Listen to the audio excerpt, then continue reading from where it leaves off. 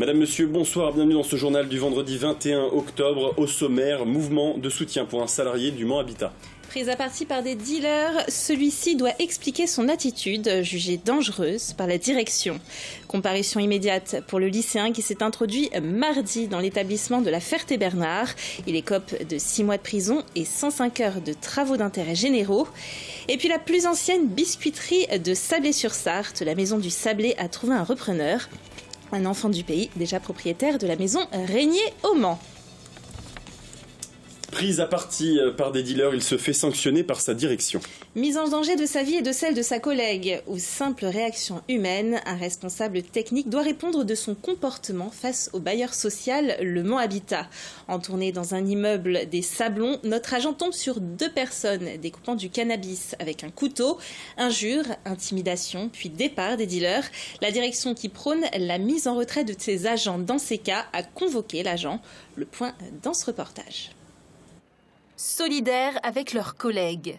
Outre l'agression des dealers, un autre agent sorti de sa voiture alors qu'il se faisait caillasser est également pointé du doigt par la direction. Des intimidations vécues régulièrement par ces agents.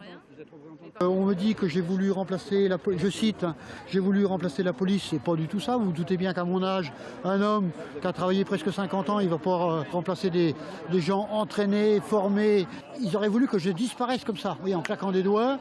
C'est pas possible. On était devant eux, ils nous barraient le passage. On fait profil bas, dans une équipe où il y a un homme et une femme, on faisait pas le poids. Et c'était pas du tout prévu. Mais on est quand même obligé de régler nos problèmes. Mon chef d'agence, c'est-à-dire mon N+1, m'a dit que je serais invité maintenant, sauf que les menaces disciplinaires sont écrites et diffusées. Consigne donnée aux agents dans de tels cas, se mettre en retrait et appeler des secours. Pour la direction, les agents sont allés au contact et se sont donc mis en danger. Elle nie toutefois la prise de sanctions à leur encontre. Il n'a jamais été envisagé des mises à pied, rétrogradation ou autres de ce type, parce qu'une sanction, c'est ça, clairement. C'est quand on est on touche au statut du collaborateur. Alors, eux, personnellement, il aurait pu leur arriver quelque chose de très grave. L'exposé des tiers, en l'espèce, un de nos collaborateurs était accompagné d'une subalterne. Donc, comment aurait-il fait? Pourquoi? Et derrière aussi, c'est l'employeur, c'est l'entreprise qui est également aussi exposée. 32 relevés d'incidents ont été faits pour 2016, un chiffre qui ne reflèterait pas la réalité. Le nombre d'incidents n'est pas vraiment, ne remonte pas vraiment à la direction parce qu'il y a une peur de remonter, parce que vous voyez, quand ils remontent, après, ils peuvent être sanctionnés. Donc les chiffres sont faussés parce qu'il y a cette espèce de crainte de la réaction de la direction. La CFDT n'est pas suivie par la CGT. Cette dernière aurait engagé le dialogue avec la direction depuis plusieurs jours. La procédure est extrêmement rapide à l'image de l'émoi provoqué par ce qui est une mauvaise blague. Le lycéen qui s'est introduit dans une classe de son établissement mardi matin à la Ferté-Bernard était jugé aujourd'hui en comparution immédiate. Il a été condamné à 6 mois de prison et 105 heures de travaux d'intérêt généraux. Il reconnaît une mauvaise blague irréfléchie. Les victimes, elles, demandent réparation. Le reportage de Michael Texier. C'est un jeune homme glabre, tout juste sorti de l'adolescence qui apparaît dans le box, entouré de 3 policiers, chacun faisant 2 fois sa carrure. Un jeune homme qui n'emmène pas large. « Je me rends compte de ce que j'ai fait », dit-il. « Je voulais faire une blague stupide, je voulais faire peur. C'est pour ça que j'ai choisi une classe de filles. Une mauvaise blague dont il n'a pas mesuré les conséquences. Intervention des gendarmes, blocage de l'établissement et peur générale. » D'avoir vu les élèves être malades, sentir pas bien, faire des malaises, plutôt que l'intervention des forces de l'ordre. Et c'est là qu'il a mesuré l'ampleur du geste qu'il a commis, qui au départ n'était que dans la façon de s'amuser.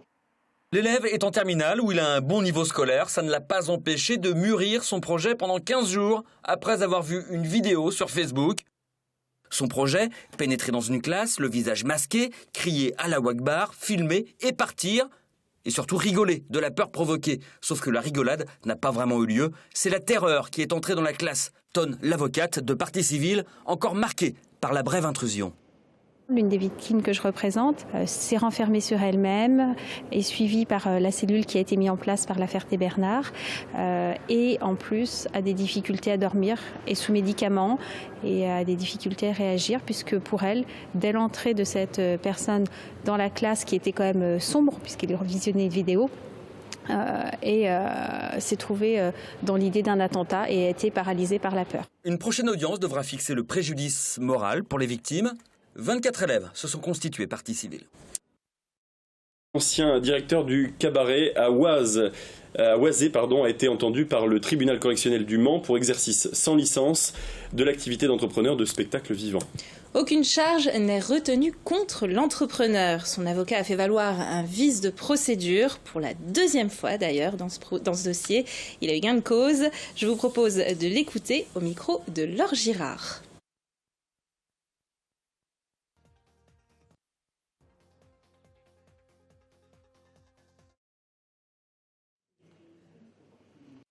À nouveau, l'interview donc de l'avocat.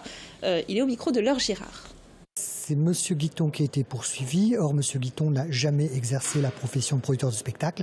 C'est la SARL TIMI qui seule a exercé la profession de producteur de spectacle. La citation ne visait aucune des dispositions légales qui sanctionnent l'exercice prétendument illégal d'une activité de producteur de spectacle en société. Et pour rappel, le music hall Le Cabaret à Oisé avait été placé en liquidation judiciaire le 10 mai dernier. La mise en service des 2x2 voies sur la rocade est du Mans a eu lieu ce matin. Et par ailleurs, l'échangeur du Villaret a lui aussi ouvert après 5 mois de travaux et 1 800 000 € investis par le département. Cette ouverture marque en fait la fin de 8 années de travaux sur la rocade nord et est du Mans. Des travaux entamés en 2008 par le doublement de la rocade entre la route d'Alençon et la route de Saint-Pavac.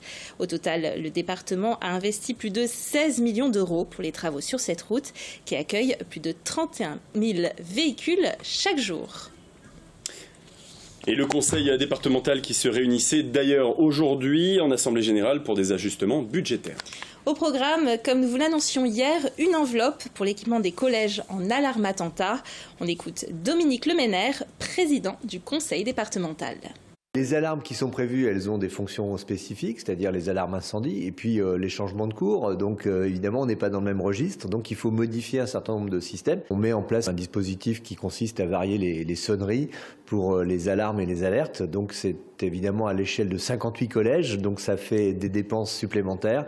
Aujourd'hui, on a chiffré l'ensemble de ces dispositifs à près de 500 000 € et c'est la raison pour laquelle nous inscrivons ces crédits à cette décision modificative. Un conseil départemental où il a été question de l'accueil des migrants. Le nombre de mineurs étrangers isolés accueillis par le département a grimpé en flèche. Ils étaient 141 au 31 août de cette année contre 39 en 2013 à la charge de la collectivité. Par ailleurs, de nouveaux migrants doivent arriver prochainement en Sarthe. Fabienne Labrette-Ménager, maire de Fresnay, a pris la parole ce matin pour demander à l'État plus de transparence sur les lieux, les profils et les dates. Écoutons-la.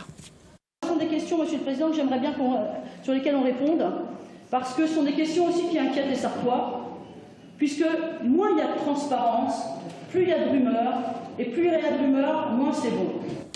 Et la plus ancienne biscuiterie de Sablé-sur-Sarthe, la Maison du Sablé, placée en liquidation judiciaire en juin dernier, vient de trouver un repreneur. Et c'est Grégoire Malouagne, déjà propriétaire de la Maison Régnier au Mans, qui le reprend. Le gérant de l'épicerie fine a de grands projets pour la Maison du Sablé. Il souhaite notamment développer les ventes au niveau national. Reportage. Les 3 derniers propriétaires s'y sont cassés les dents. Pour Grégoire Malouagne, la clé du succès réside dans une rationalisation de la structure et surtout une commercialisation efficace, en local et régional avec des packagings typiques des environs, mais aussi en national avec une toute autre stratégie. L'enjeu, c'est d'avoir des boîtes beaucoup plus génériques sur des petits type colliers, ardoises, le manger bon, ou alors des boîtes métalliques qui font vendre type la boîte Tour Eiffel, la boîte Trocadéro, la boîte Champs-Élysées, pour qu'il puisse y avoir des ventes qui puissent se faire sur l'ensemble des revendeurs, des détaillants au niveau national. Notre repreneur a acheté la totalité de la marque, les locaux, la recette, les machines et même le nom. Un nom pourtant bloqué par la municipalité cet été afin d'empêcher sa reprise n'importe où en France. Pas d'inquiétude pour Grégoire Malouagne qui, s'il a déposé le nom La Maison du Sablé par Régnier au cas où, compte bien garder le nom originel de l'entreprise et la recette, cela va de soi. Personne ne fait ce même véritable petit sablé de la ville de Sablé. Donc il y a quand même un respect, je pense, uniquement évidemment des produits, et il y a un savoir-faire qui va être transmis par l'ancien gérant qui va venir former des artisans locaux pour qu'ils puissent apprendre un peu ce savoir-faire et puis perpétuer les mêmes gestes et les mêmes recettes. En attendant la fin des travaux du nouveau laboratoire dans 3 mois, une première tournée de sablé est prévue dès mardi matin, sous le nom La Maison du Sablé, bien sûr. Et on termine avec un prodige de la musique. Non, pas du tout. On va commencer d'abord par parler de nourriture avec la famille Rossi.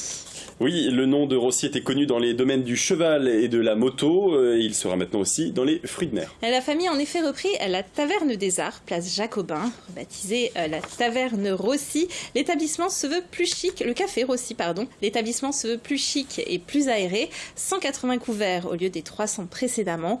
Après quelques travaux de mise en beauté, la taverne ouvre pour son premier service ce soir. Au menu donc, fruits de mer et spécialités italiennes. Et c'est parce que j'étais très impatient de le voir que je l'ai peut-être annoncé un peu avant. On termine donc avec un prodige de la musique. Et il a seulement 11 ans et joue admirablement bien de son instrument, à tel point que Led Del Campo a été sacré champion du monde d'accordéon cette année. Il est l'invité de Pascal Savard pour son émission Au Bonheur de Nacre, diffusée le 28 octobre prochain à 20h. Découvrons ce prodige en avant-première avec ses images tournées lundi lors de l'enregistrement au Pâtisses du Mans. Et c'est ces images que nous refermons ce journal. Je vous retrouve ensuite pour la météo et pour le Face à la Rédac. Ouvrez grand vos yeux et vos oreilles.